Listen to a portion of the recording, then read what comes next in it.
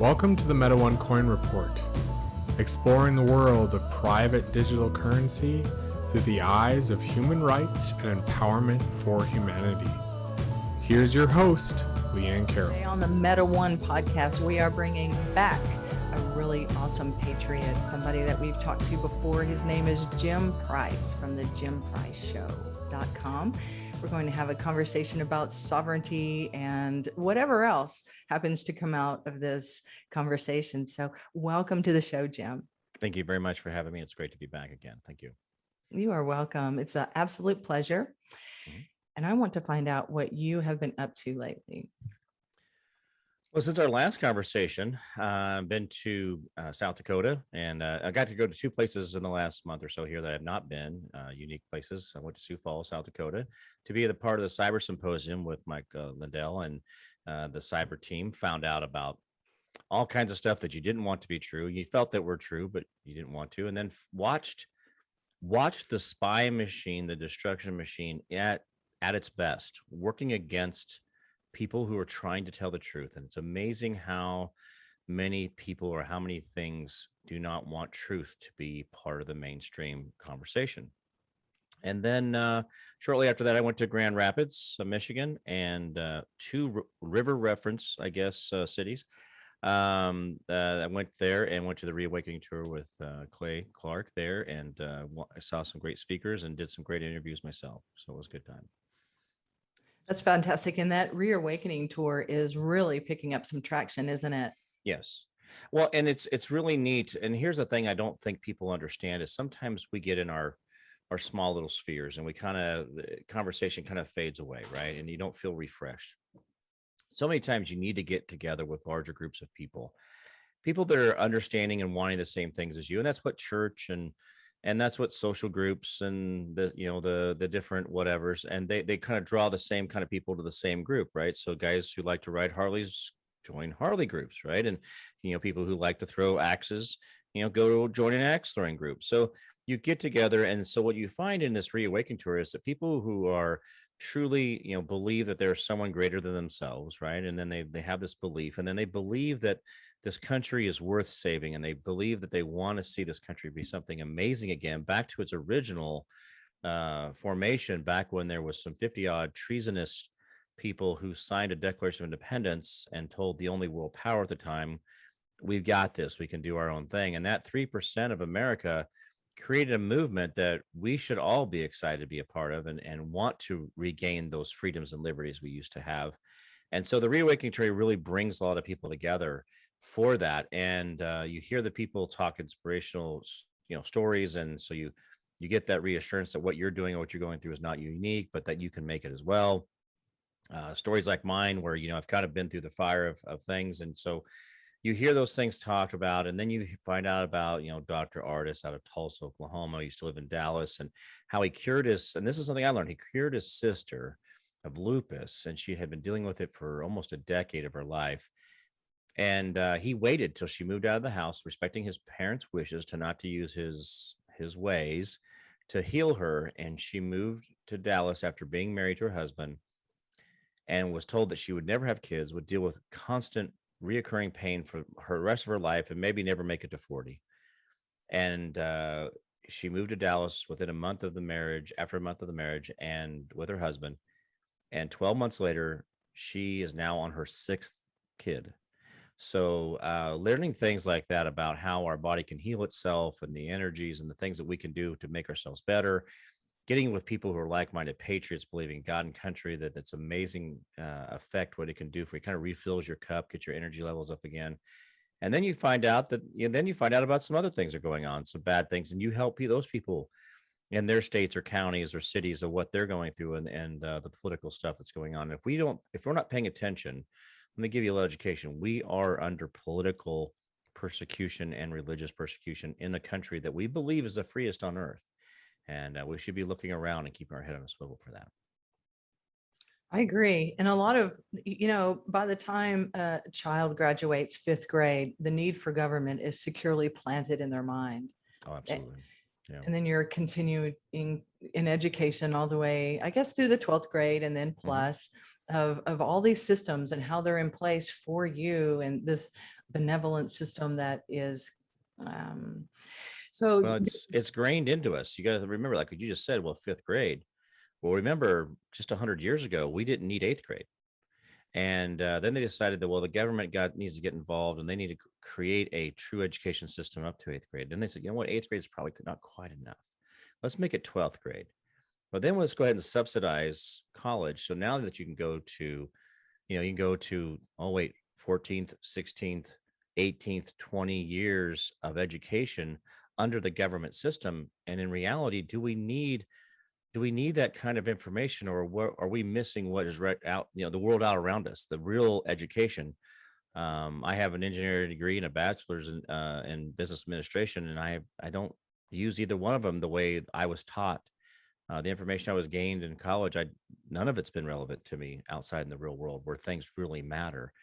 And so, are we putting our kids through a system sometimes that really, round pegs through square holes, square pegs through round holes? Are we really doing the right thing for kids in that type of, I guess you could call it indoctrination. So it depends on what side of the ball you want to be on, what you think is best for your kid. But how is it we made it for thousands of years on this earth? But yet in the last 30 or 40 years, 50 years, we really need government this bad. We figured out that suddenly we need a lot more government in our life. I think we had some very brilliant people before this, and we never needed those kind of education systems. So it makes me worry about what we're doing to our kids. Oh yeah, I see it in mine. And I have my oldest daughter is wanting to be a scientist. She's wanting to study regeneration in the human body. She wants to facet her degrees, but she wants to study the ocean, the earth, and the human in regeneration.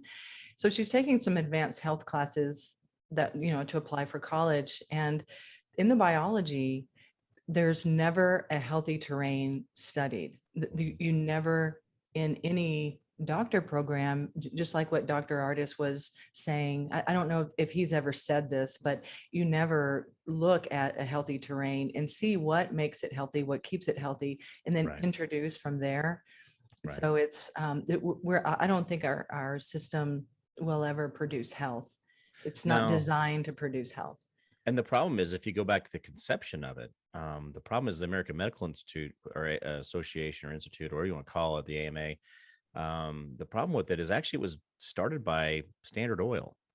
Why would an oil company bother to be engaging or financing something that has to do with medicine? Well, when you go back and you find out that basically almost all of your medications are petroleum based, they are refined petroleum.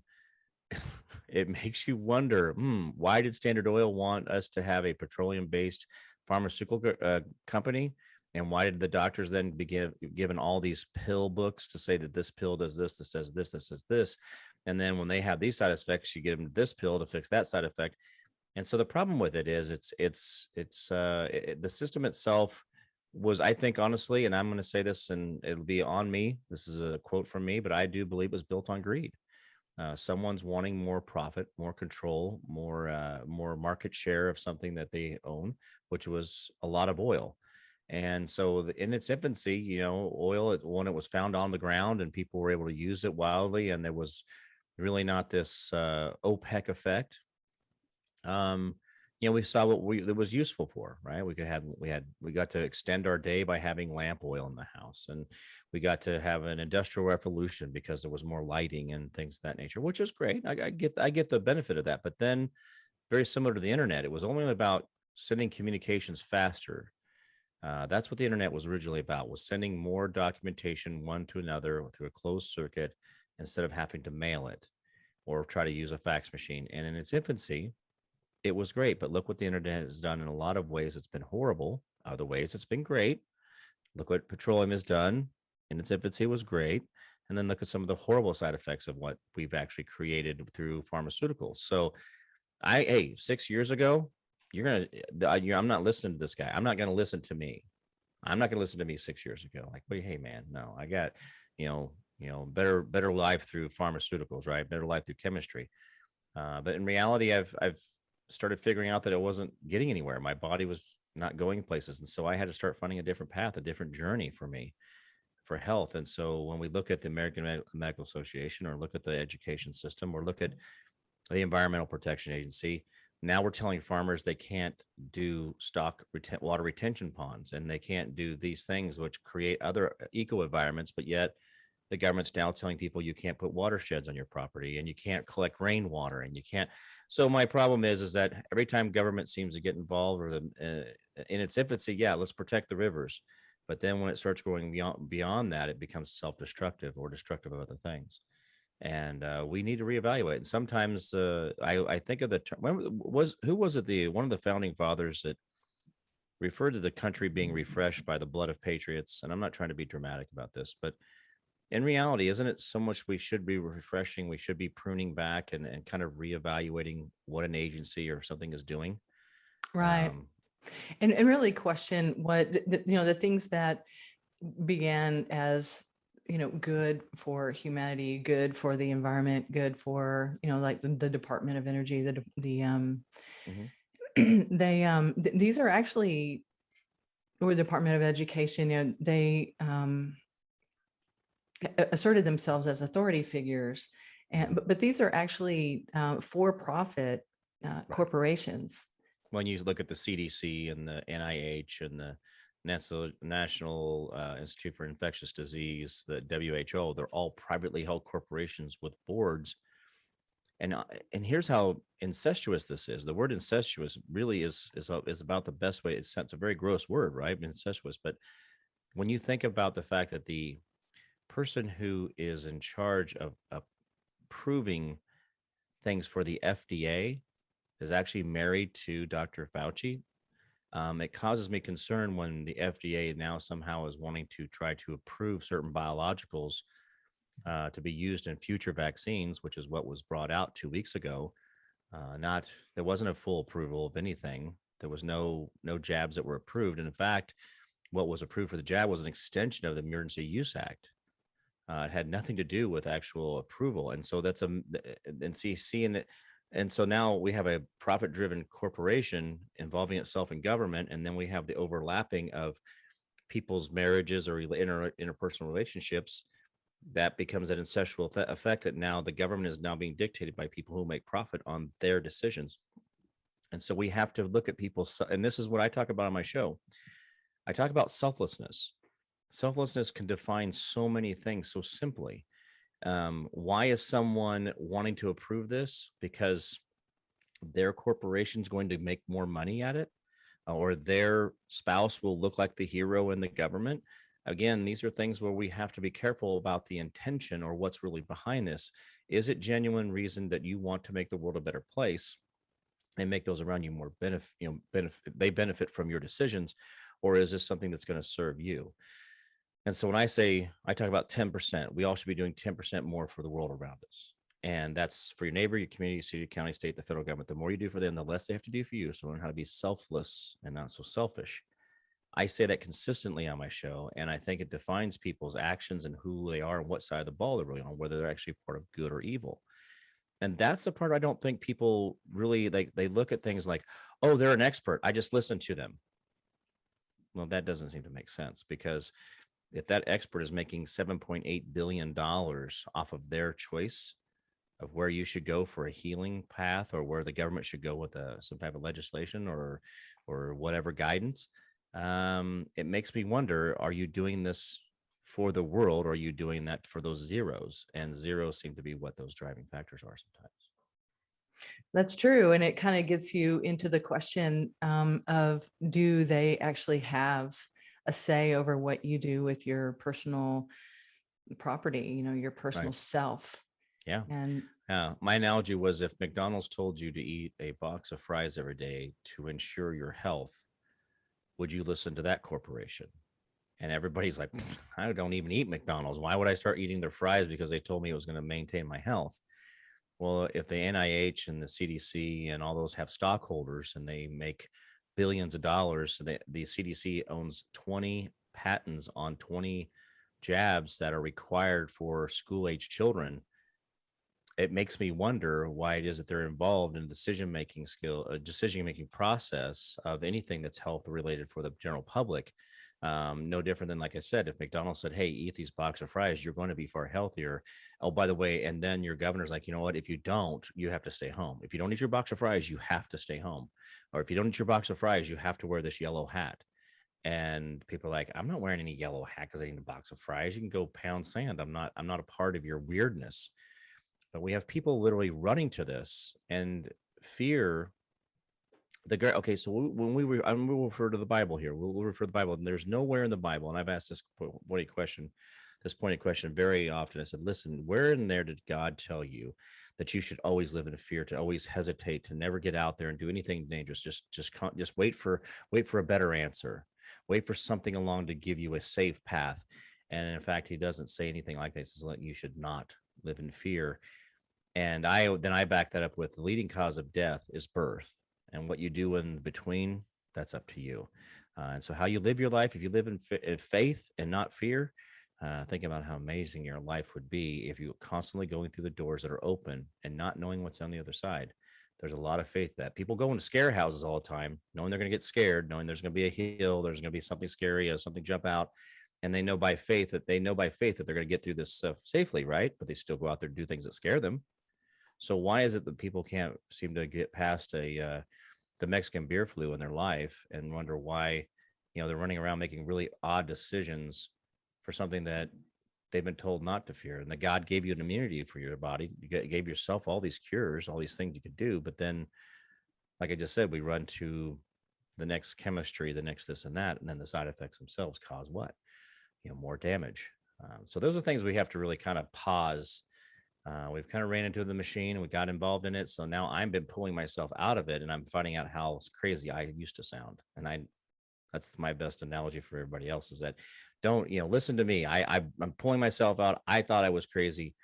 Maybe pull yourself out and find the difference in perspective, right? And your perception, change that perspective, change your perception, meaning change the angle in which you look at it, and change the process in which you think, and then see if you're coming up with different answers.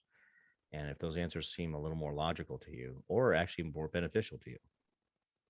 Yeah, it's just like you were saying, the incestuous business of these corporations that require you to jump through all of these hoops. Basically, they, the owners of the corporations also own the media, and so it's the constant pounding of the information that, and just like the kids, they today they will take safety over anything. They've been programmed with safety.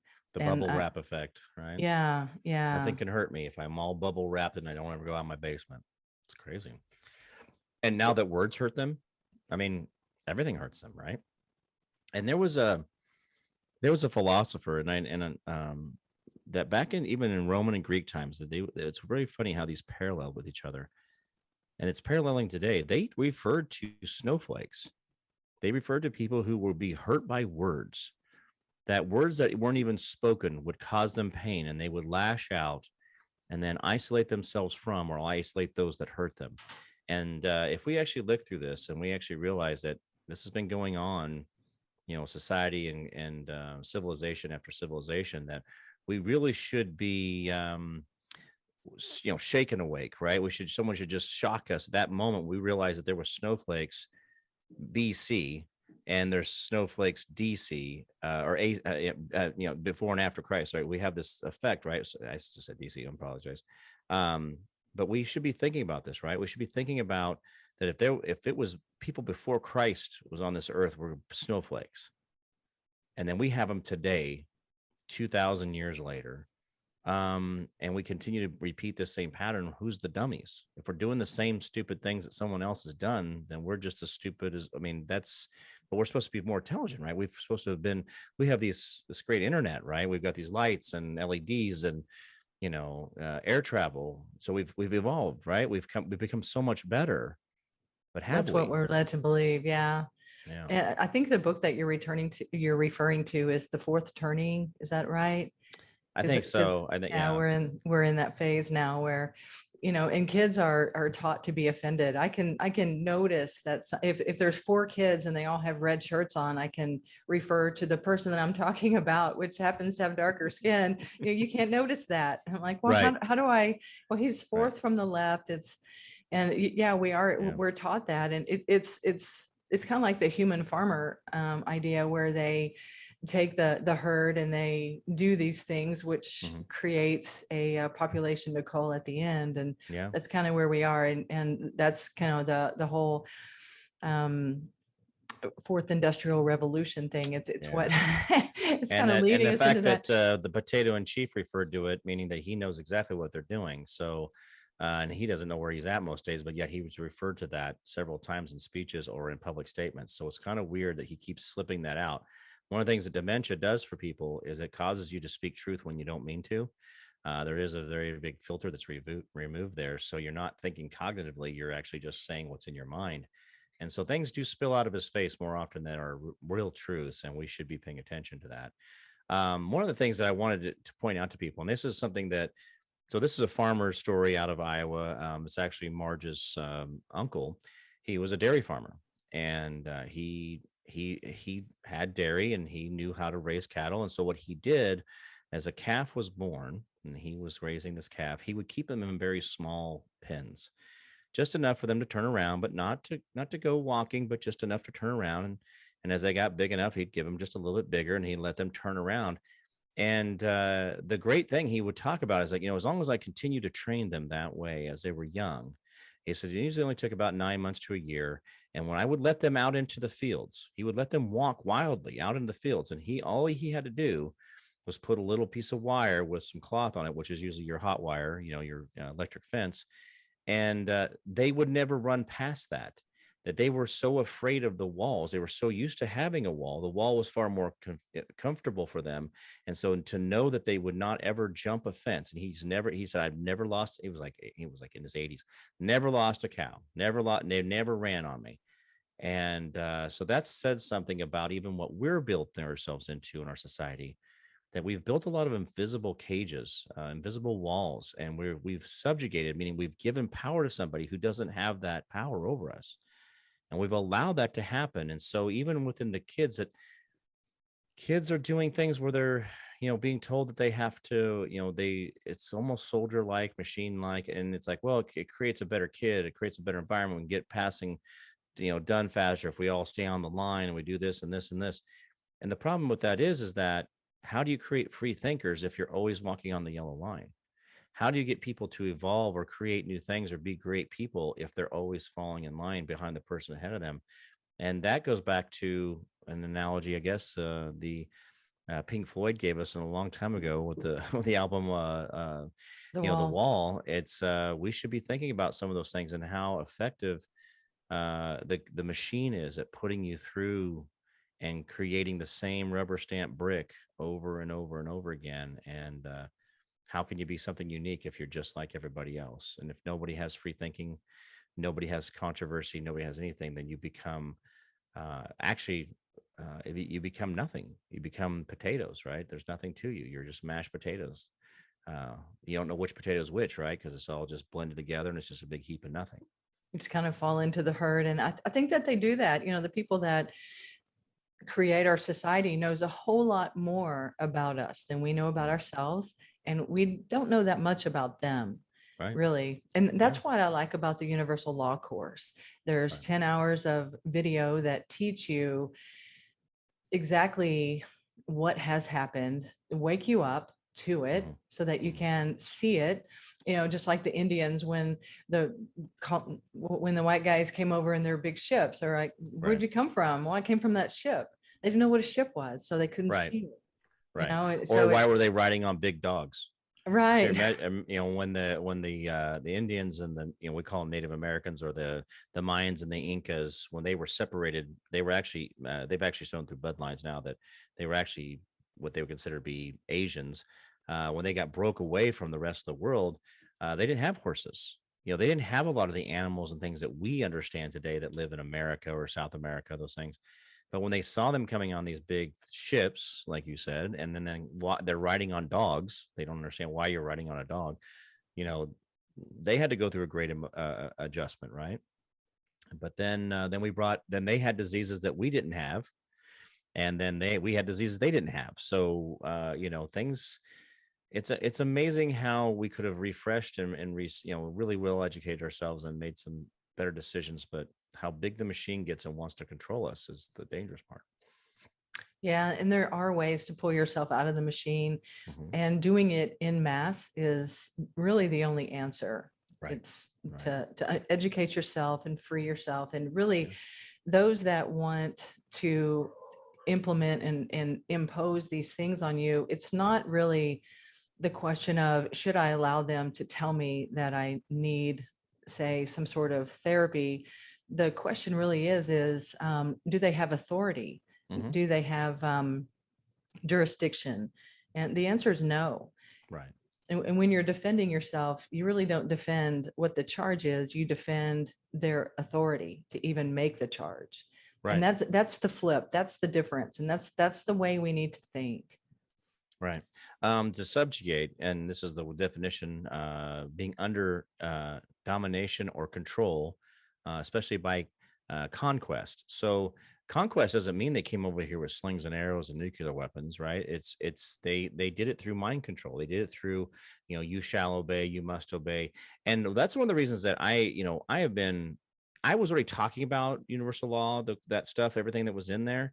And yet I didn't have that final piece, that final little puzzle piece to make that happen. And running into Robert in Anaheim and those folks, it was great because it gave me that final piece to go, you know what, I've been talking about this. I knew these things weren't real. I knew what was going on wasn't part of what we should be paying attention to. But we've built ourselves into a system. And here's the sad thing. The system isn't just education. It's also your money. It's also interest. It's also the chemicals that they treat you with, the chemicals they treat your food with, the chemicals that are in different things. So fluoride and nitrates and things like that, they actually dumb you down. They cause you to be more docile. They become that cow that's used to cages and doesn't want to push back against them because the cages are their friend. They're their security. And if anything that the Mexican beer flu taught us last year is that people are very fearful and they want to live in fear. And that they will stop living their life because of something that they don't know or understand is going to get them. And the problem is a lot of people had already had it and didn't know they had it. And yet they were told that they were going to get something that they probably already had. And so again, the idea of what universal law offers people is a true path. And it's something that I was already thinking of and trying to find, and I knew about, but then I couldn't get any better answers because I asked when I was in high school, I asked, why is there a Corporation of America? Why is Washington D.C. not part of America? Oh, that's just paperwork. Like, no, that doesn't make sense. Like, what's going on here? And people didn't have those answers. And then I started asking questions about, well, what about this with the lawyers, and why is that a thing? And then what about the courts? Why are the courts different? Like, what is it? And so then I started asking questions, and then even on my show, I started a year ago. Now think about this. A year ago, about this time, I started asking, why do judges wear black robes into courtrooms? And no one could answer me. I waited 9 months on my show asking that same question because I said, guys, I've asked you this guy's question. Find out why this is the thing. Why do judges wear black robes? And nobody could answer that question. And so for me, I was already on this path. And that's why I talk about it on my show constantly. That's why it's on my webpage. I've already put it on there. I made sure I'm fully plugged into this. I want to be a part of this. And I know I got some homework to do. I might even have to do some emergency travel to make sure I handle this immediately. But because there's some things I want done in my life. I want those freedoms from a system that I don't belong to and I shouldn't be participating in, and that you don't have to if given the right tools. So let me give you an analogy. In the Bible, it says, I stand at the door and knock, referring to Jesus coming into your life, right? So I stand at the door and knock. If I told you that there was someone knocking on the door and they're going to give you the freedom to your life, which way you're going to go? And there will be people who reject that. There'll be people who say, well, I don't want those freedoms. I'm doing great in the system I live in. But if you really want to understand what true freedom is, that universal law course for 15 hours of your life to have your life back, you'll watch 15 hours of cat videos. I refer to this on my show all the time. You'll watch 15 hours of cat videos all week long. You don't even think about it. little cat's doing this, pushing things off a shelf. But what if I said, hey, watch 15 hours of video and make yourself free? Unplug yourself. Give yourself salvation from the system, the fiat currency effect of your life, the things that are destroying you and making you feel like you can never get ahead. So anyway, that's the path I've been on, and that's why I fully support everything that. And this is not, this is not a paid advertisement. Nobody's. This is literally from my heart, because I believe, and that's what I talk about on the show: individual liberties, individual freedoms. Well, how can you have individual freedoms and individual liberties if you're really not free? Even if your mind is not free, you can't be free. So you have to free your mind, free yourself, and get yourself out of that system.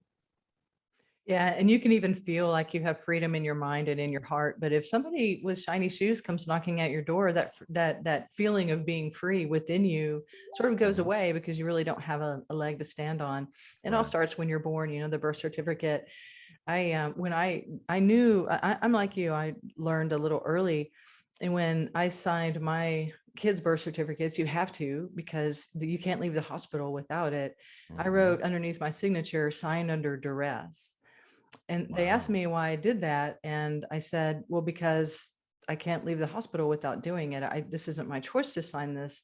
And I'm under duress. And see now, and they just went, that's okay. bureaucracy. That's the bureaucracy, right? So here's a nurse who's doing administrative corporate law. Think about that. The nurse, so they've kicked this down to somebody who really doesn't understand what they're doing. This is not a lawyer, right? A British accredited registered lawyer. This is not a court administrator. This is not a judge, right? This is not so they're telling you to do something that's completely outside that system, to do something for that system. Well, it's a law. Well, is it? Why is it a law? And why are you telling me I have to do it? You're a nurse. You're just somebody who just watched me give birth to my child. And then why is it that I have to have this to be able to leave? Well, that's what we do here. It's the law of the medical system. And it gets back into CPS and all of that, which, these are all the corporations. But had I been secured, knowing a little bit about, I would have had the tools to enforce, no, my child is not getting a birth certificate. Yeah. And that it wouldn't even be about signing the birth certificate. And this is the thing. Anytime, you don't defend yourself against what you're being asked to do or not do. You're questioning the authority. And there is no jurisdiction. There is no authority in the first place. And it just sort of takes it back on them. Yeah. And you really do have to enforce hard, though. It's not easy to leave a hospital you have to be prepared. Right. You have to be prepared. You have to know what to say and how to act. But here's the problem. And I do this, and I know this is how they did this with the masks and stuff. That's how they did this stuff with all this social pressuring. They get low-level people, right? People that are making very minimal amounts, people that are very low level in the information channel of what's really going on. And then they task them with it, right? Now you have a hostess who's 16 years old telling a 50-year-old man, you need to put something on your face to come into a restaurant. And I actually had to tell her, it's not today. Today's not your day. This is not going to the day that you're going to do this. I'm going to go to my table and I'm going to enjoy my dinner. Not today.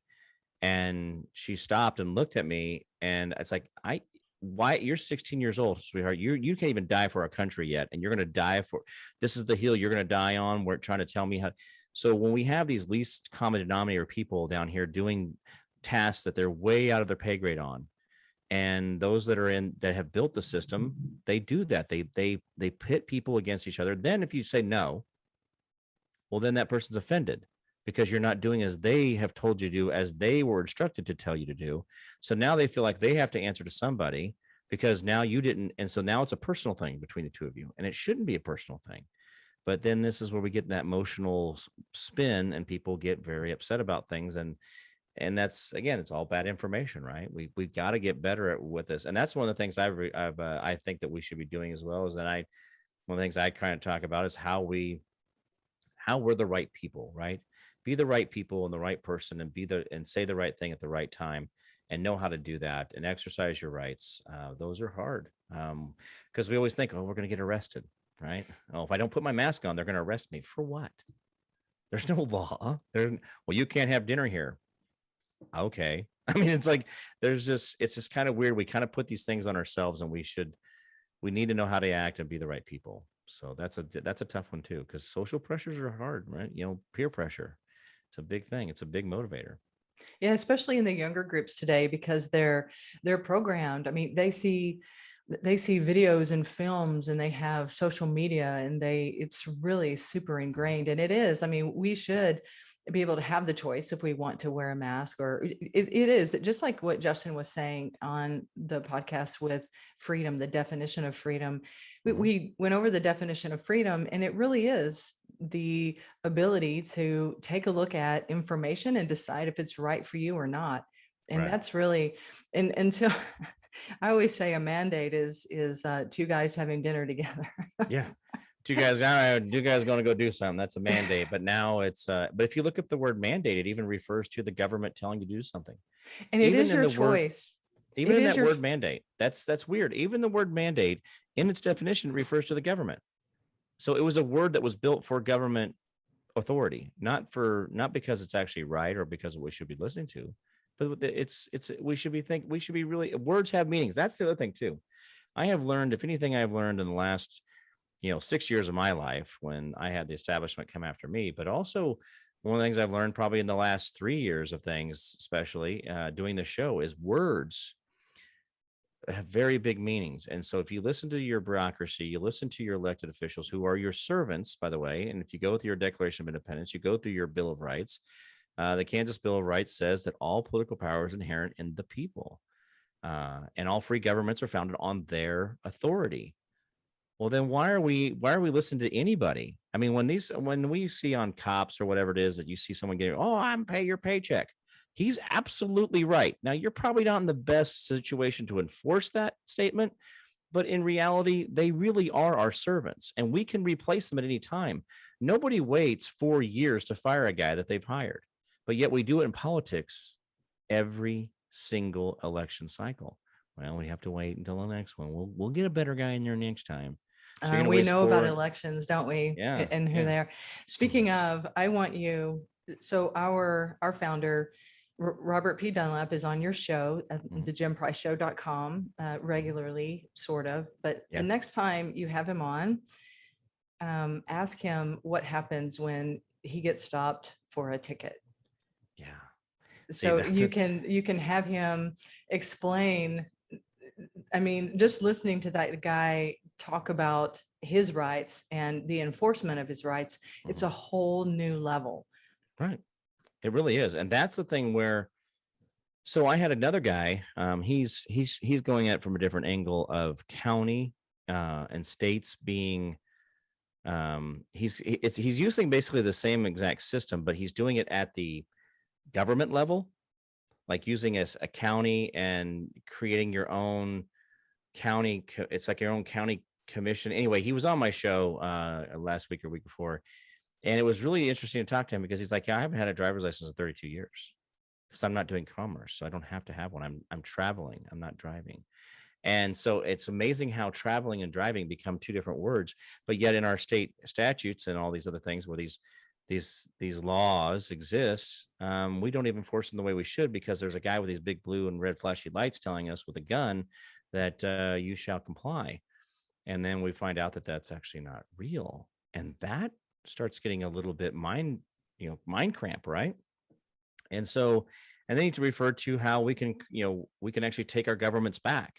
And by doing this and this and this, you only need so many people to actually take your entire state back. And you take your state back by, and I was like, I'm listening to this guy talk, and I'm like, I wish I'd have known this stuff. And it's amazing to hear people talk who understand that words have meaning.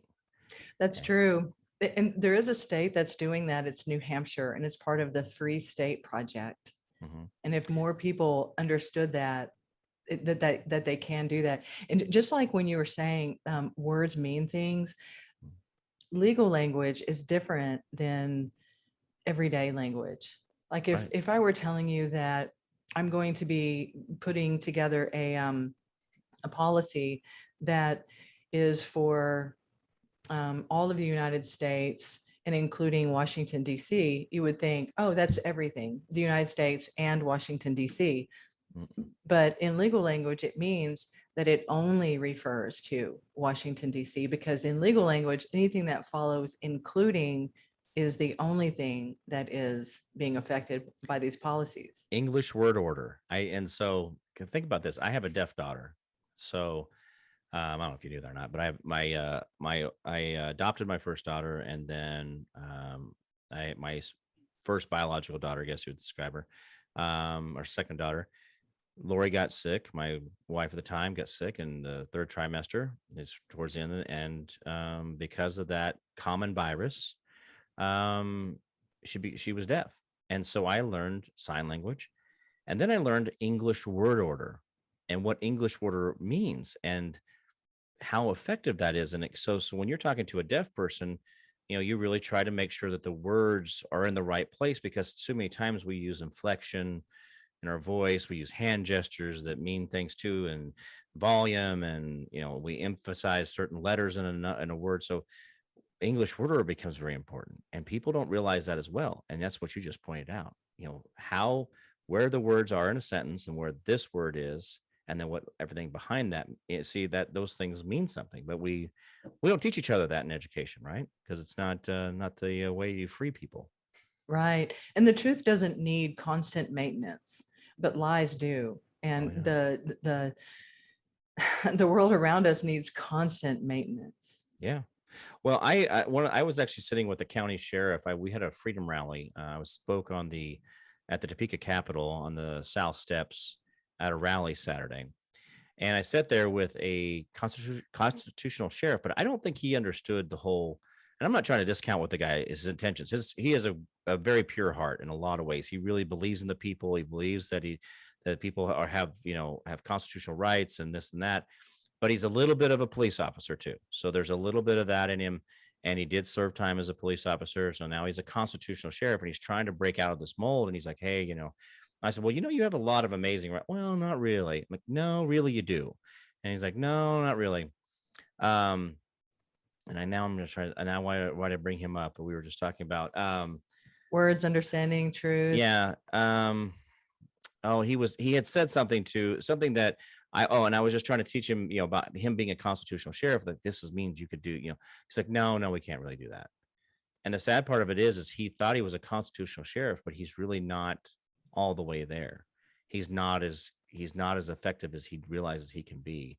And I hope that my relationship with him and the things I talked to him about on Saturday, that he will get to that point. But for right now, he's far more, I guess we use the word woke. Is now I hate that word too, by the way. It doesn't even but anyway, so he is far more aware of the world around him than most other sheriffs, but he's not where he needs to be for us. So anyway, there was something I think he said to me, and I was like, oh wait, you got to go a little further on that. And he's like, what? I'm like, we'll talk more. So education, right? Planting those seeds of knowledge, whether you see it instantly bloom, it's not going to be a magic trick where the magic wand turns into a bouquet of flowers, right? We know that it takes planting that little seed, and it takes time to germinate. It takes time to start growing, and then there's more leaves, and the flower doesn't come till the very end, right? When it's ready to pass on the knowledge or that genetic coding to the next person. So that person has to take a long time to evolve to where they are ready to flower in a way that allows them to disseminate that information to other people as well. So yeah, most people don't understand that these agencies and these structures are corporations masquerading as authority over you. Mm-hmm. And whenever you begin to flip it, it's just like I was stopped, just kind of, I think somebody just needed something to do because I got a warning. But he was saying that he goes, I'm sorry, I'm sorry, ma'am. But I'm going to issue you a warning right now. And I said, okay, good. He goes, and he kind of threw it out there. He was kind of green and like a new cop. And he was saying that it's all about, he goes, well, what we really want to do is we really want to control your behavior. And that's why, I'm stopping you now. It's to control your behavior. Right. And that's really all it is. Was society actually served by the 20, 30 minutes you were delayed, which in reality, you weren't moving forward for 20 or 30 minutes. So that's almost an hour of your life that you were lost for him to create the panic in other people with the flashy lights, but also then to put a little timestamp in your life of you shall comply. Yeah. And he's just, That's- it's a he really didn't have jurisdiction over me at all. He Right. really didn't. And it was admitted. So that's kind of the way, it just tells me that's the way they're being trained. It's Right. so that they can. Well, 1/3 of the police training, and guys, listen, I understand that these guys run at idiots. Okay, I get it. I get there's bad people who do bad things, and these guys tend to handle that situation. I got that. I'm not discounting that part of it. But the problem is if you go into their training, and I believe there's about 1/3 of their training is actually taught so they can learn how to lie to you better. And that they'll try to get you on their side. They'll get you to admit things that you didn't do or say things that will incriminate you. And like I said, words have meanings, right? Words have meanings. And if they're being taught how to lie to you, how to manipulate the situation, again, guys, when I say lie, it's them trying to get you to say something. So they're using words against you to get you to say something, which means that they're in deceit. They're just being deceitful. That's a lie. When you're trying to deceive or hold back information or draw information that doesn't belong to you, you are being deceitful. And so about 1/3 of their training is involved in that. And we don't realize that we have a government agency who's teaching people to manipulate you through words, through their actions, and get you to subjugate. That's not healthy. That's not what we all signed up for. If I remember right, according to the Declaration of Independence, that's not how we do this. But Yeah, it gets into contract law too. And that's the other thing too, that you begin to understand with universal law. And there's so much to know that the 10 hours, it just scratches the surface. But if someone says your name, your legal name, and you say, yes, that's me, that's a contract. If you agree with anything they say, you're contracting with them. And these are very, very subtle contracts. And you're right, they're being trained to pull you in to contract with them on level and level and level. And there's a guy that, and I think we say this too, it's like you shut up. You do not say a word. Right. Even if they try to get you to open your mouth, you say no thing. Right. And that's really when my situation happened at my house, when they took the battering ram to my door, and I got guys in riot shields. When I say riot shields, I hope people understand that. And I know, and I'm trying not. I one of the reasons I want this to be an educational process. This is not. Okay, I'm still sitting here, and I'm going to talk about this and until my last breath. And I will always want people to understand that. I want you to learn something from this. These people had riot shields, the ones you saw with the Antifa and all that, and the stuff you see in other third world countries. They had full riot shields. They had face masks or the face shields on. They had gas masks on. A couple of them had gas masks on. They were fully gloved, shin pads, the whole, and laser to my forehead for me to say, what you found in my house belongs to me. No, you're not going to subjugate, or you're not going to go after my kid. Because that's how important it was to them to find that, right? So they used their authority, they used their violence to come in, and then they kept asking me for 6 hours, and I was sitting in handcuffs and in the back of a car for 6 hours in my own driveway while my neighbors get to watch this for 6 hours. And for them to finally, I don't know why it took me that long, but they kept asking these other questions, and I was trying to put together, what are they trying to get me to say? What is it they're asking me here? Because they weren't really asking me things of substance. They wasn't asking about, and so I finally figured it out. And then the one time it came out, and it says, by the way, everything you found in the house belongs to me. And it was over. All right, guys, let's wrap it up. Let's go. I mean, and literally that was exactly the situation. What I just told you when I said it's what you found is mine, it was over. Those 6 hours didn't have to happen if I would have just said the right thing in the beginning, right? But I wasn't saying what they wanted me to say. And so the words to them had meaning, but they were using my kid, which he was an adult, but still my kid. And they were trying to manipulate the situation using him as leverage. Yeah, that's not uncommon either for that to happen. It happens a lot across the board, but the process that you're going through with universal law will give you remedy. Right. So, and that's and what's amazing, I've said this to a lot of people. In fact, some other people that have helped me out on other things and informed me what they were doing. It's like the biggest thing I've said is I just want my life back. And I've referred to this as I just want my life back. And universal law is going to do far more than that. It's going to give me freedoms and liberties, and it's going to give me my life back in ways I couldn't understand. But to me, I was so desperate for anything. It was just give me my life back. And it's there. And that's the process we're going through. And that's why I said I will probably do some emergency traveling here, just because I want it back. That's how desperate I want it. I mean, it makes me want to get off of the show here and find out what flights out this afternoon. It's just because it's that important to me. I currently live in Kansas, and my birth certificate's in Arizona, so I will need to make sure and take care of that. So that's part of that process, but that's how desperate it is to me that I make sure this happens. And because it's like I said, just simple as that. I want my life back. So, but I'll have to get judge's approval to do that. So maybe I can't do that. That's why we still have mail. You're in luck. Right. But see, I'm kind of in a, I want things to happen mode. So, damn the torpedoes, folks. If you want your freedoms back, you'll do whatever it takes. Right. I guess this is a lesson for people, and maybe this is a good thing. When you literally have had everything taken, there's nothing left.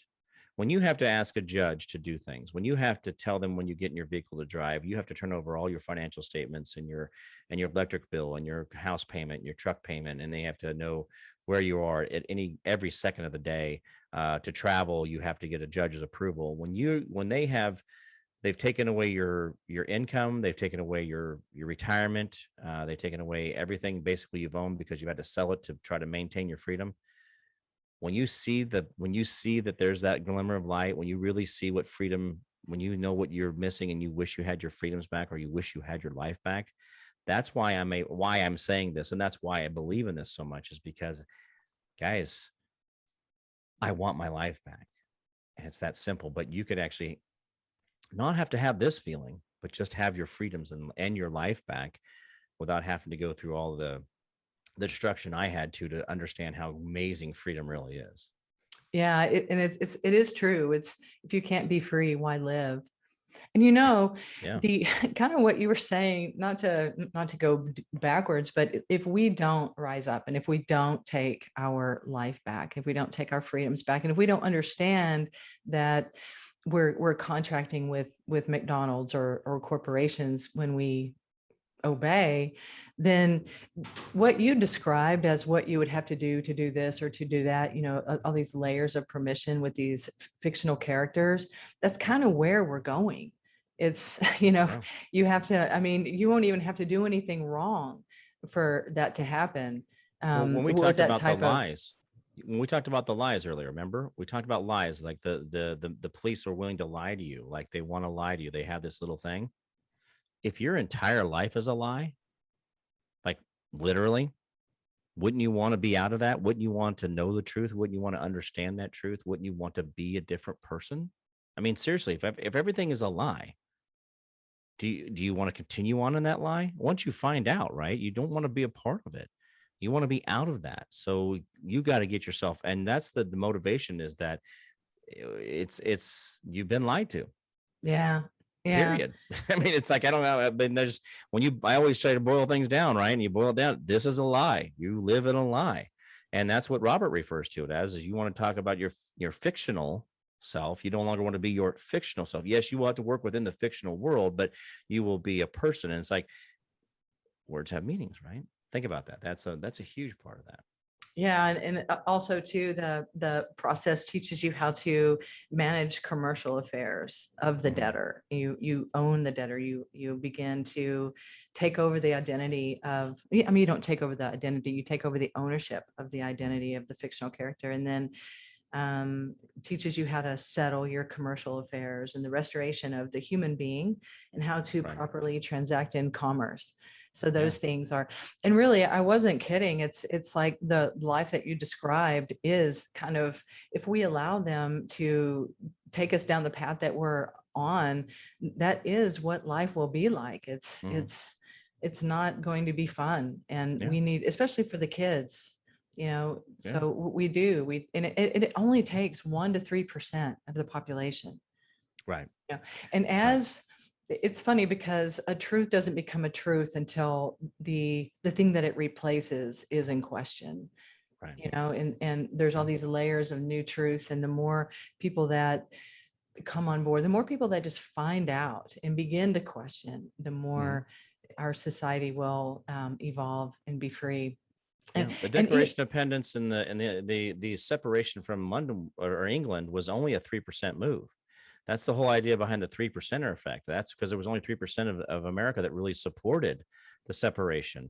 And in fact, there was a lot of people that worked against the separation within our own country. So there's a lot of things to be said about just the motivation of a few people, what it could really do to set this world free. And that is true. Like the people that didn't want to separate, the people who wanted the protection of the English, those would be like the Vaxxers. Yeah. And I was hoping you went there because I was going to go there if you didn't. So that's exactly right. And even it's with every I always say too that the anti-vaxxers today are I'm not sure how to pronounce it, the Essenes in the Bible, those that had their own their awakened civilization. Right. Well, we've become the guys who scoop the water with their hand instead of putting their face in the river, right? We became that 3,000 that was left. So when you think about if you want to separate yourself, and here's the thing, say for me, 6 years ago, I stopped using fluoride. Now, I don't know if that has any direct correlation to why I'm here today, but I do know that I've over the last 6 years, and it was prior to be having all these attacks, but I started thinking things differently and looking things different. Like I said, I already had a knowledge base from other things that for some reason when I was younger, I was cued into this stuff. But anyway, the idea that, I got out of the fluoride stuff. I started doing things differently in my life, and I stopped eating. Well, that's another thing I did. I stopped eating anything that wasn't in its original form. Kind of the paleo diet where you eat a steak or you eat a piece of chicken or you don't eat things that are processed. Not buying things that are on the aisles of a grocery store, only buying things on the exterior walls of a grocery store, because those are things that have to be kept fresh, right? Those are the fresh items. Things on the aisle, they can be there for a minute. That means there's a lot of stuff in there. So there was things I did. So maybe all these things have all or directly correlated. Maybe I'm just wanting to make them that way. But being a healthier person, being mentally healthier, being more aware, head on a swivel, situational awareness. I mean, those are all things that I already had before, but I'm really refining those skills now. So, yeah, and it sounds like you're getting your power from inside yourself, your knowledge and your wisdom from inside yourself. Yeah. Yeah. So your faith inside, your belief inside who you are. Once you believe something, it's always easier to do it, right? Oh, I believe in this. But in reality, I believed in this before I found it. And so maybe that was part of my journey to get here. So I could tell people like, guys, you don't have to go through all this. Let's go do this. So you don't have to. Like, don't let the machine eat you alive. Don't go through the meat grinder if you don't have to. And you can survive, but it still hurts. And there's a lot of pain and suffering that's involved. So free yourself now, so things don't come up like that. And then in a time where we're seeing where our government is getting more and more ruthless, where your Department of Homeland Security has defined those that do not believe in the vaccine, but also those that believe that there may have been a problem with the election are now considered to be domestic terrorists. You have now been defined as a terrorist. That was actually a true announcement from the podium of the Department of Homeland Security in America. This was not a warning. This was not somebody paraphrasing. This was their direct words. If your government believes that in you, then this might be a time that you really need to think about this. This is a real time in that, and it should cause you panic. And if you have others that should be on this path, then this should motivate you to make sure they're on it and convince them to get this path started. So, yeah, that was the warning shot over the bow, wasn't it? It was the little bit of truth that they did spout that day. Yeah. So that, yeah. And you do need to have secured friends as well, so that you can execute your documents in your, like when you get into your trust and things like that, you do need to have people that you trust around you. Well, and that's again, it's all about personal relationships, people. If anything last year taught us, I mean, gosh, how many life lessons were there? Separating people from people created more suicides in April of last year than it does in a regular calendar year, Well, because you took yeah. away hope. You took away hope and the interaction of people, and people decline exponentially. So people, we need each other. We do need each other, and we're built for that. Food, water, shelter, community, things that you do. Don't go to church. Don't go shopping. Don't go to football games. Don't go to whatever it is. You took away the interaction of people, the reason to hope. So yeah, we fell for it. A lot of people did, but yeah, I know I got kicked out of Menards and other places because I continued to go out. I personally went out every single day to go do something at a store or something, just because I just didn't want to be caught up in their machine. I was that stubborn about it. I'm glad you did. And the other thing too is the whole essential and non-essential thing. It, a lot of the majority of the population were being told that they were non-essential. Right. And even parts of our government were considered to be non-essential. So then why did they exist at all? It's like, okay, so you don't need to go to work. So then why does that job exist? Seriously, I mean, that right there should have been our greatest moment to boil down our government to its smallest common factor. And in that moment, we could have went back to national, which is national security and and then international commerce or immigration. Those we could have gotten our government back down to that. We could have whittled it in that moment, but the government got bigger instead. Yeah. We actually created more government, and they've added guys. Listen, if you guys aren't paying attention, your government added $7 trillion for the credit card last week alone. $7 trillion to the credit card last week alone. That should cause panic for you to want to be out of that system, be away from that fiat currency as fast as you can. And that's where Meta One Coin comes in. That's that positive spin there, is that there is a harbor out there. There is a safety, but you got to get out of it before this whole thing comes to a screeching halt. And if you look at all the trends, all the markers, we are way past a correction, and it's coming. They keep dumping money in there, but you just can't do that for that long. It's just not going to hold up. Yeah. And you were saying too, that a catalyst could be needed to create the change that we need. And that's kind of what's happening. They're creating the catalyst to wake the people up, and Meta One is almost ready to go into a full on public launch, and our gold backed, what do we call it? A token, a security token. No, it's not that. Right. Anyway, there's a new name that we have for it. Anyway, right. It will be available. Right. So, well, that whole thing with what was being created too is the idea that you guys are working on the actual bank and the actual commerce side of things. That is exciting for me too, because then it's not just something that is rare or something that over here that you really can't use, but it's something that will be able to be mainstream as well. Yeah, it's a secure utility token. Okay, right. So that's what it is, and it's backed by gold.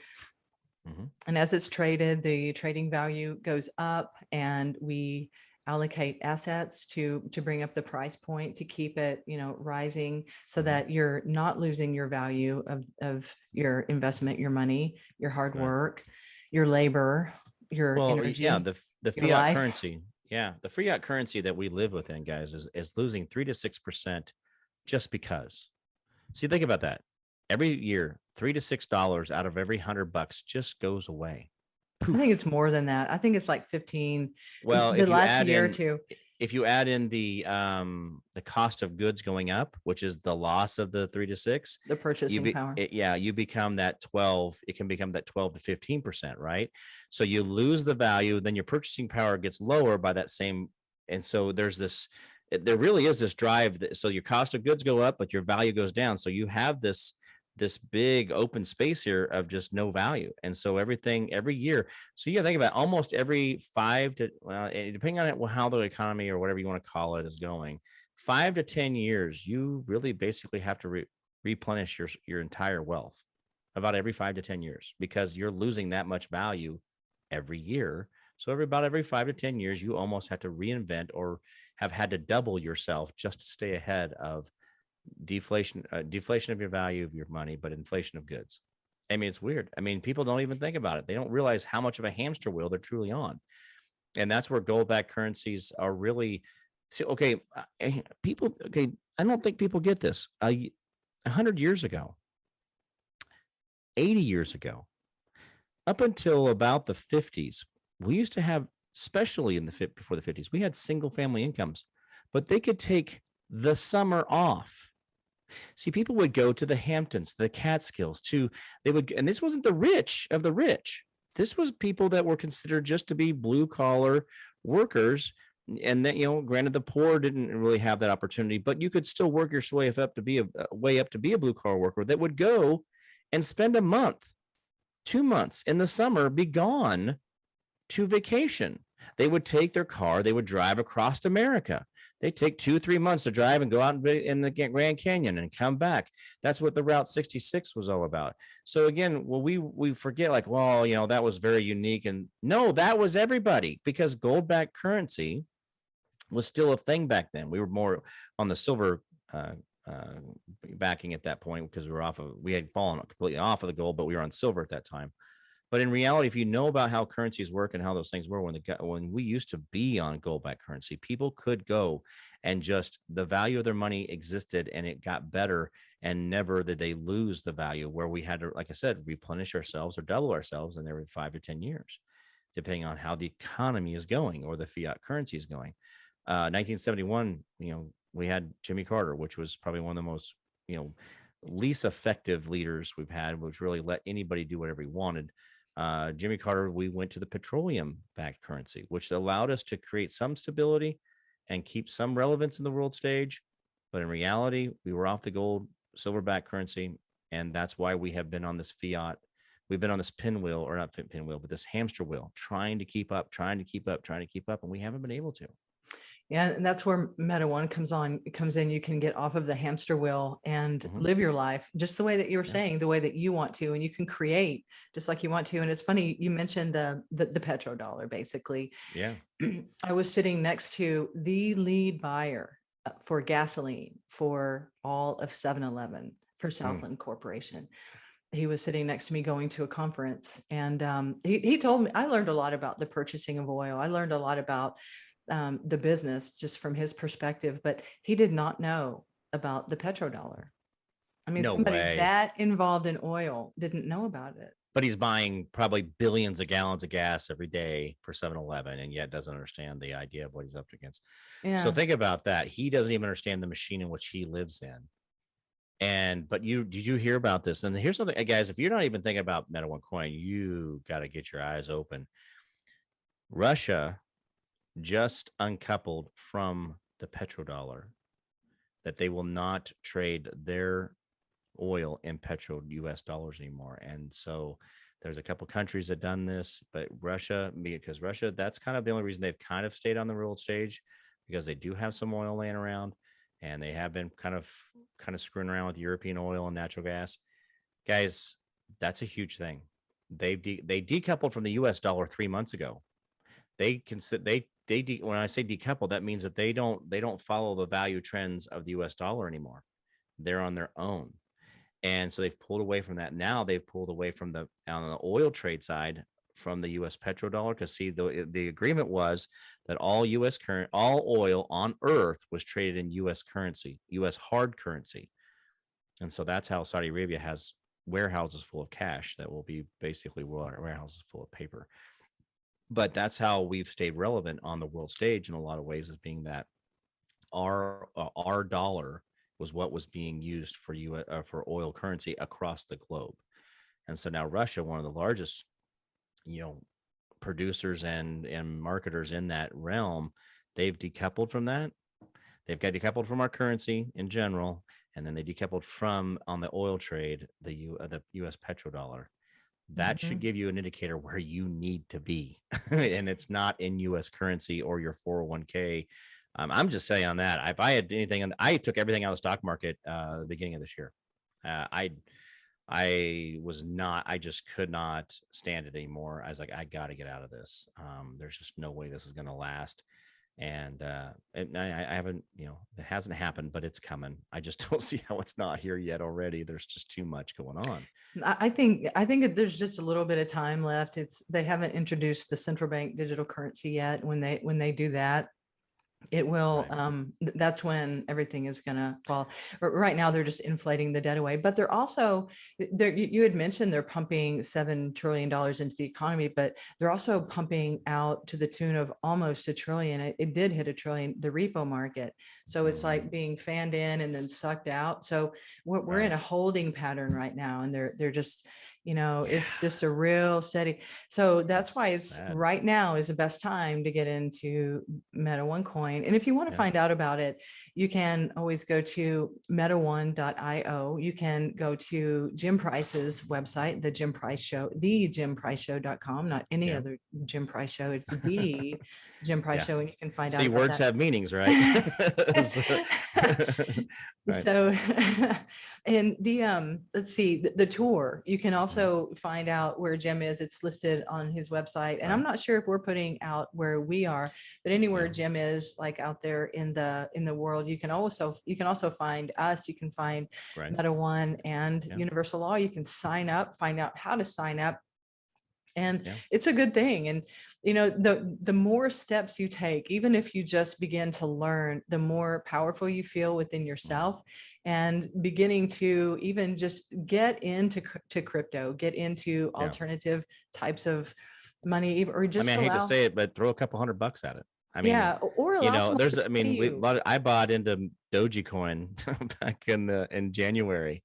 And I got in kind of early. It was kind of nice. So now that it's kind of been a thing, it's created value there that it's so having that in there, it's different. But this is a precious metal backed coin, which I know Doji's a fake, and I know Bitcoin's a fake, and those things. I'm waiting for that all to correct itself. But knowing that this is precious metal backed, see, it's not something that where there's an infinite amount of there's a finite amount of Bitcoin or Dogecoin. I get that. But at the same time, when you actually say it's an intrinsic valued, like there's truly a precious metal value there, that should motivate everybody. That should be a game changer for everybody to understand exactly what that is. Yeah. And there is a finite amount of Meta One coins as well. Right. So it's very exciting. Just let someone pay you in crypto, like when you're doing a peer-to-peer app thing, and just most of the have Visa some cards, crypto. most of your Visa agencies will all take crypto for the payment now. Yeah. Tesla did it, which I don't care about Tesla in 2 ways a Sunday, but they did it. But there's a lot of other companies that are actually allowing for that. And in fact, if you go to like Venmo, PayPal, a lot of these other ones, they're accepting crypto payments. So if you go to eBay, you can buy through your crypto through PayPal. So it's not like this is something that we go, we're still waiting to figure out how we can get this into the mainstream market. If you can pay with your Visa card, pay off your Visa card with your crypto, there it is. They're right there. There's your answer. So you can work in the fictitious world as well as have a true gold-backed currency. So it's pretty cool. Yeah, that's true. And you can even have your other cryptos in your Meta One wallet as well. And you can use them on the exchange. There's so much flexibility. The entire industry. I just had a conversation with Joel Valenzuela, he has been crypto free, or he's been crypto only since 2016 or 2015. Oh, wow. And he explained the hoops that he used to have to jump through and just how easy it is right now. And right. Did you know that? Okay, guys, listen to this. I want you guys to listen to this for a second. When you think about some of these other cryptos, okay, do you realize that Bitcoin was actually on a child's computer game, and it was the way that they were buying, they were using crypto coin, they were using Bitcoin NFTs inside of this game. And I'm not going to name the name of this game, but it was a very popular child's game, a computer child's game where it dragged down your computer. It was horrible on your processors and everything else. But you literally had Bitcoin, and it's still worth Bitcoin today. But inside of this game, you could go in and buy Bitcoin and have like 1 million Bitcoin or whatever, or 10,000 Bitcoin or 100, whatever it was. But it was like worth almost, you could buy it for pennies. But kids were using this back then, And that's kind, I mean, I don't think people realize how much this has actually been. And then we're talking about in the early 2000s. So 2001, 2002, 2003, 2004, that was going on back then. So this is stuff that's been around, but it's, you know, now since it's evolved past that. But people, this is, it's not going away. I mean, it's sad to say there's too much money in the market and for it and all that, but it's not going away. It's only getting bigger, and even the big guys are wanting to get involved in it. So it's definitely everyone that uses the fiat dollars and paper money will be on apps, and it's just getting. It's coming. Yeah, it really is coming. That's the crazy part. This is coming. Like, it's really coming. Like, you guys think about this. And the other thing is, why be caught up in a bunch of paper assets? I mean, you can look at Venezuela. 2012, they voted away all personal ownership of guns, and 2 years ago, the military was running them over in the street with their MRAPs. So, guys, their money is worthless. It takes like $3 million of their dollars to buy a cheeseburger. I don't got $3 million to buy cheeseburgers today, guys. I'm telling you right now. So you need to think about this. You know, just looking at Venezuela is a really good point. It's a case in point in what, if you let your government do what they're allowing them to do, how are those people going to get themselves back? Yeah. It's, you know, just don't let them go there in the first place. Dominion was in there full force in their elections back in 2008. And you look at what happened to them by 2012 and where they're at today. Yeah. Those voting machines, that was the test ground for those voting machines that we're fighting back against now in our own country. Yeah. And so, and, you know, I mean, with the whole government and the whole voting and the whole electing people into office kind of thing, it's once you learn about personal sovereignty, personal freedom, allowing people in elected office to ask you to follow policy is just out of the question. And the more people do that, we will literally reconstruct our government, our self-government. And it's just, that's what needs to happen. And a complete from the ground up revolution. And it can be a peaceful revolution. It can be exciting, and it can be, and that's what we're doing. We're creating something that you would want to join. And so, yeah. Well, one thing too, real quick, and just before you go, so this is, and I'm just going to give this because I want people to understand why words have meanings, right? So in the Bill of Rights, it says very simply, and the Kansas Constitution and by the way, the federal Constitution says all state constitutions are reciprocal one to another.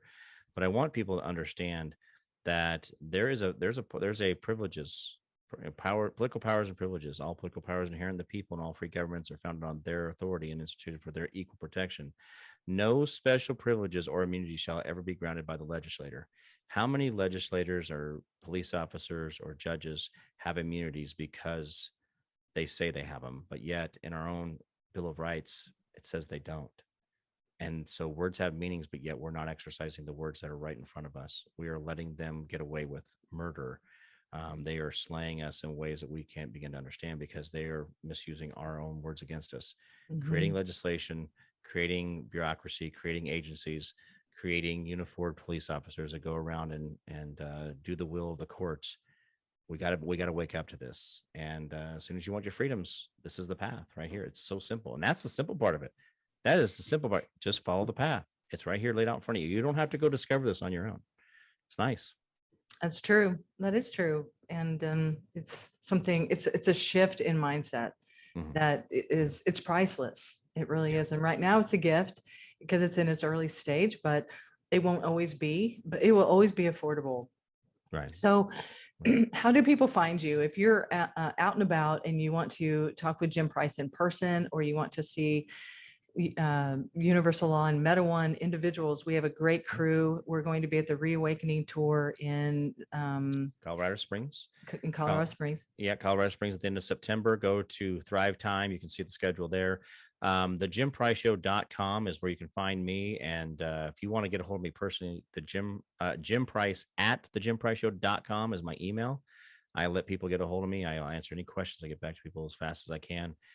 Jim Price at thejimpriceshow.com is my email for the show, but thejimpriceshow.com has the Meta One link to it. So you guys go out there and get this currency that's actually going to help sustain your life into the future. But also go to the Universal Law link that's there as well and click on that and go start your journey to freedom. It's really not that hard, guys. Like I said, you watch cat videos all the time. Watch something that sets you free. Do something productive and live life with purpose. It's an amazing difference, a way to live life. That's true. And you also have some merch.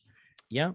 One of the shirts I have, I can give me a little plug here real quick, is Say Her Name. I actually wrote a poem last year, woke up at about 2:30 in the morning. I think it was inspired by God, honestly. But open it up.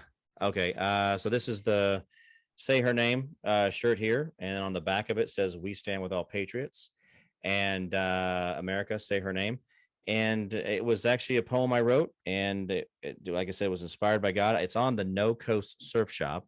You can find that on the Jim Price Show link, or on the Jim Price Show page, or you can go to the nocoastsurfshop.com. And we stand with all patriots gears on there. We have trucker hats, we've got regular hats, ball cap, or stocking caps, hoodies, t-shirts. And so we got quite a little store over there. And the merch itself, I make a little bit of money on it. It helps kind of keep the lights on and keeps the internet going. But those things are also helpful. And I'll say, when we say we stand with all patriots, we stand with all patriots, God and country first. It's not that it's not an RRD thing. It's not a libertarian independent thing. It's not a black, white, red, whatever you want to call it issue. It's the God and country, meaning that we all believe our country should be free and should be able to have liberty to think and do what they want. Liberty is the thought process of it, right? You can have freedom, but then you have to have that liberty, that mind freedom. And I think that's what we don't have today. We don't have the mind freedom.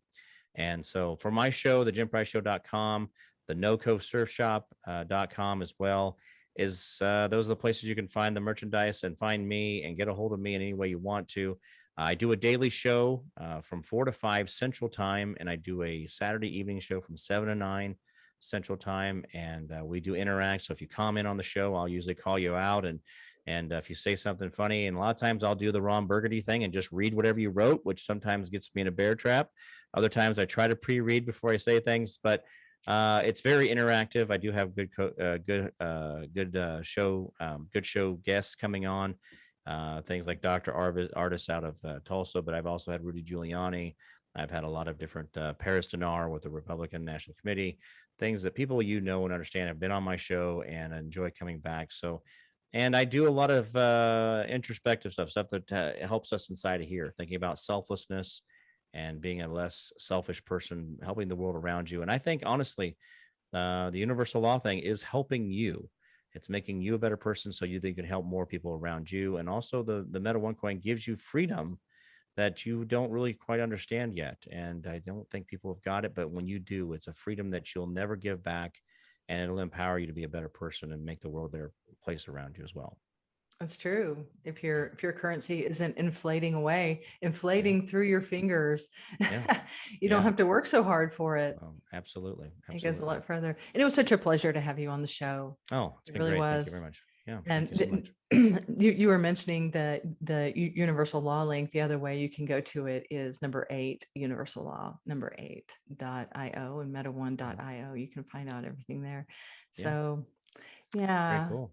It's been so great to be a part of this. And it's been such, like I said, I'm on here because I believe in this, and I could not talk this confidently about something I wasn't really that wholehearted about. And so I want people to understand that this is coming from here. This is not a dollar exchange. Like, oh, thank you for the $100 for having me on. It's the idea that I want you guys to be a free on this. I want you guys to see this, and I tell people about it constantly. Because I believe it. I had the link on now. I don't know when I put it on there, but it was like, hey, immediately was like, can I put your link on my webpage? Because I want that out there. And so that information is very, very important for me. It's important for me so my fans can be set free. And so it's great that you guys are doing that. So yeah, and we really like you too. And we do not pay you. at all. Yeah. But what we Yeah. are about solutions, and Yeah. that's where you're going to find some solutions in the category that we offer solutions in. So Right. thank you. So thank you so much. And until next time, live freely and live abundantly. Thank you so much. I appreciate everything you're doing.